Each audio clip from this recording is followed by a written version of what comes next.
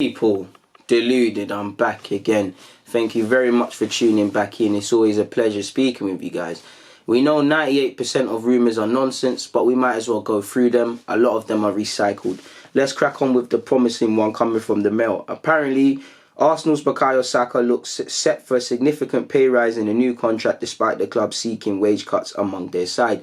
Now, I believe he's on, and you've seen everything from, not to talk about man's finances, but £3 a week, £5 a week, £7 a week. He deserves at least 50. I can't lie. Listen, he deserves at least 50. If I'm his agent, Saka, I'm making sure Saka does not sign anything more than a 3-year deal with another option of another year, if anything, ideally a 3-year, because because of his standing and his rise in the side, you'd be inclined to believe he in the next few years there's a couple of contracts there, because obviously if he keeps developing, he's going to become more marketable. The teams are going to look at him. He's going to get better sponsorship deals and whatnot, and naturally you should leverage that. He's playing well. He deserves his money. From a fan's point of view, of course I want Buyako Saka to stay. I do have confidence he will stay because he's playing. You know how many teenagers can say they're playing? I think he's happy where he is, but at the end of the day, I don't know his ambitions. I don't know if he was an Arsenal fan when he's younger. I don't know what, people, because you hear everyone's monitoring him. You've heard United and Liverpool. If Klopp or Klopp's advisors indirectly made contact, that might be something to turn your head. Arsenal are in a difficult position with him. Hopefully he signs a new deal, fingers crossed, but until he signs it, it's up in air. Moving away from that though, and you've heard us linked with Odegaard again from Celtic. Apparently we want to offer, or our clubs are offering 25 million. Apparently Celtic are holding out for 30 or 40, which Everton, Arsenal, I believe it said Southampton, believe he can be attained for.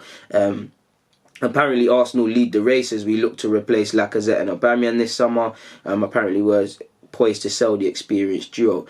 So I do kind of feel sorry for any striker that comes in that's not, of the caliber of Aubameyang right now, because fans are going to be restless. We're going to need to see them goals. I like Edouard in the same way that I like Dembele and Baidu and Jovic and all these other guys. And I can say I like Highland until, I'm blue in the face, but we're not going to get him. So hopefully we can do that. In the same way that, Benzema was always linked with Manchester United, we've been linked with a certain player since 1995. Arsenal have been linked with Rodrigo. Now, we've had many reasons for us wanting him. Last one, he's more linked with us under Unai Emery, for obvious reasons. As you lot know, he can play up front. I'd describe him more as an inside forward or a half striker, half winger sort of thing. He can play in either, but what is he? I wouldn't mind him to complement the side, people, but I don't think he's of the caliber to lead the line of sorts. I think he can complement. I don't think he can lead. But we've been linked with him. Apparently, Arsenal have made an inquiry about him. The player's deal contains a buyout clause of 110 million, though that may be dreamlined in the current climate. Rodrigo could be allowed to leave for less than half that amount for a fee between 45 and 50 million plus extras. And I must admit, his outlet, his scoring isn't the best to be paying 50 million on him, people. I'd rather take the chance on someone else. He said Rodrigo could be allowed to leave for less than half the amount. As I said, he has scored twice in the league and also has 11 assists. So again, he's someone that can support the cause and whatnot, but I don't know if he has it in him to be that sort of thing, people. And I'm going to do a quick little search and see how prolific he's been. Rodrigo. I think his cousin's Thiago, but and as we know, a lot of this could also be coming out because we heard Carlos Soler has to be sold from Valencia because they've got financial issues. Now, he's 29 years of age, people. Now, he's not the most prolific. Again, he can chip in and help the cause, as you can see with his 11 assists. But, considering he's 29, he's contracted until 2022, so Valencia probably have to sell him. Either club, he's probably seeking a decent deal. He probably, again, at 29, he's just turned 29, he's 30 next year. You want a 3-year deal minimum. You don't want to sign for 2 years and then at 31, 32, you're having to take pay cuts or no one wants to take a chance on you. You want 3-year deal and you want a decent financial package. And would I have 100% confidence in us doing that? I would say no, because he's a decent player. But again, 50 million, especially if Arsenal are going to be working with financial constraints because of our health of our club, even more so because of this climate. You know, there's other things we could do with that. I'd rather take a chance on someone, really. I'd rather go for the Edouards, the Baidus, and people that are out-and-out strikers, really. In all competitions, he's got 5 goals and 11 assists. 9 assists came in La Liga. 2 goals came in La Liga 2 in 21 games. In 6 appearances in the Champions League, he scored twice and assisted 2. And he scored 1 in 1 appearance in the Copa del Rey. He's got 8 goals in 22 for Spain, which isn't the worst. Again, he's not always playing up front. He can play over the last couple of them. But I want to see his stats in general. Again, he's dramatically a better player than he was at Madrid. And, well, he didn't get a chance at Madrid, but Madrid and Bolton. But you look at his Valencia time. In 214 games, he's got 57 goals and 41 assists. So I don't think he's a bad player. I think he can chip in. But again, replace Aubameyang is the key thing I'm looking at. I know Aubameyang plays on the flanks coincidentally. But for me, we all know it's a striker thing. You're going to have to play through the middle. Do I think he's got the ability, or do I have confidence in that he can get 20 league goals? No. If we can get someone else that can get that, and get someone like this to help assist with goals and assists and just giving us depth, then I'm fully on that, people.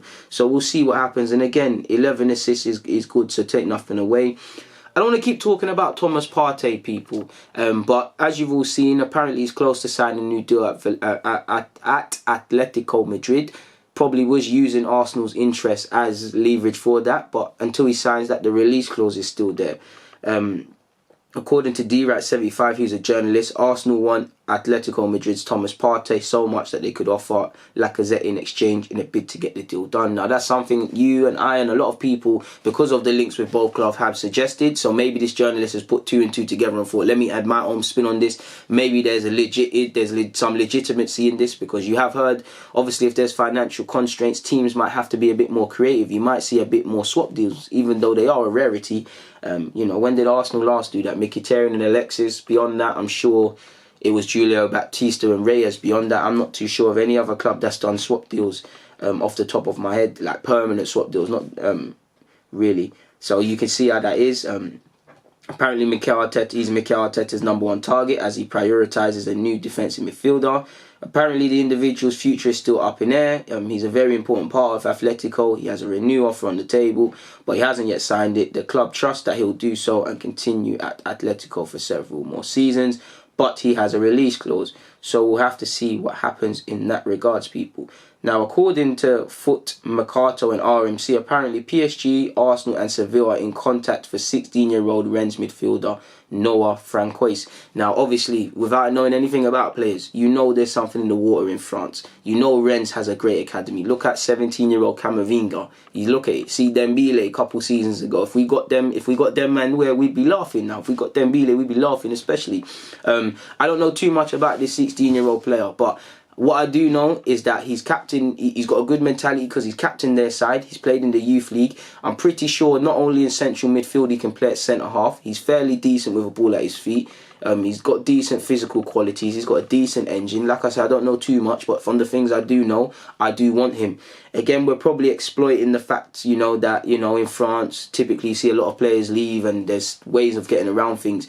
At Arsenal, we need promising young players that can develop. We need to boost our under-18s ranks, to which he would go in. We need players that can potentially be sold on for profit or make it to the first team, in which I believe this 16-year-old has it. Been capped at youth level by France, under 16s and 17s, and I'd be all on that.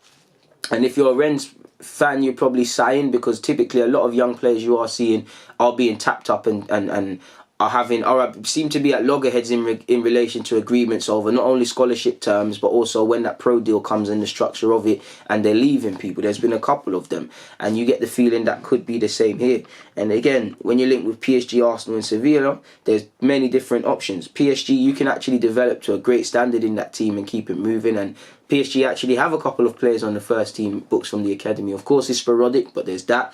Obviously, Seville could be a good place for him to develop, and so could Arsenal. And obviously, our French ties could help us. That's actually someone I'm very keen on if we could get that one day done, people. Away from that, though, and we've been linked with Flynn Downs of Ipswich. Now, I think he's a decent player. At 21 years of age, for 7 million that we've been linked with, I'd probably pass, because I think he can actually play in the Premier League. I think he's got ability to play in the Prem, but or play to a decent level one day.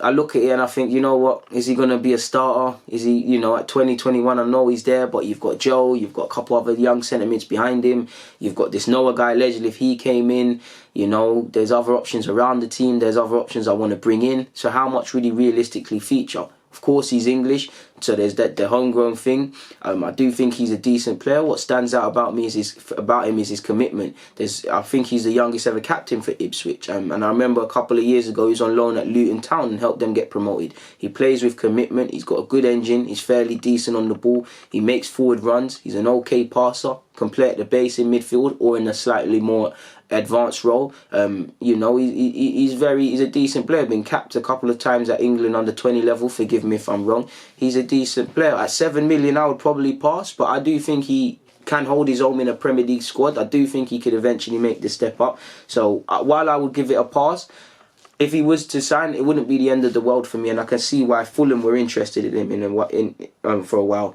He's better than what people think. He's better than what he looks like, if that makes sense. Like you get, when you look at him, you don't think he's a baller, but he is decent. He's got that positive short man syndrome about him. So like I said, it'd be a no from me, but I wouldn't fully be against such people, really and truly, to be honest with you. So yeah, I've got nothing more to add, so I'm going to get out of it. That's it in relation to the transfer things. People, DG.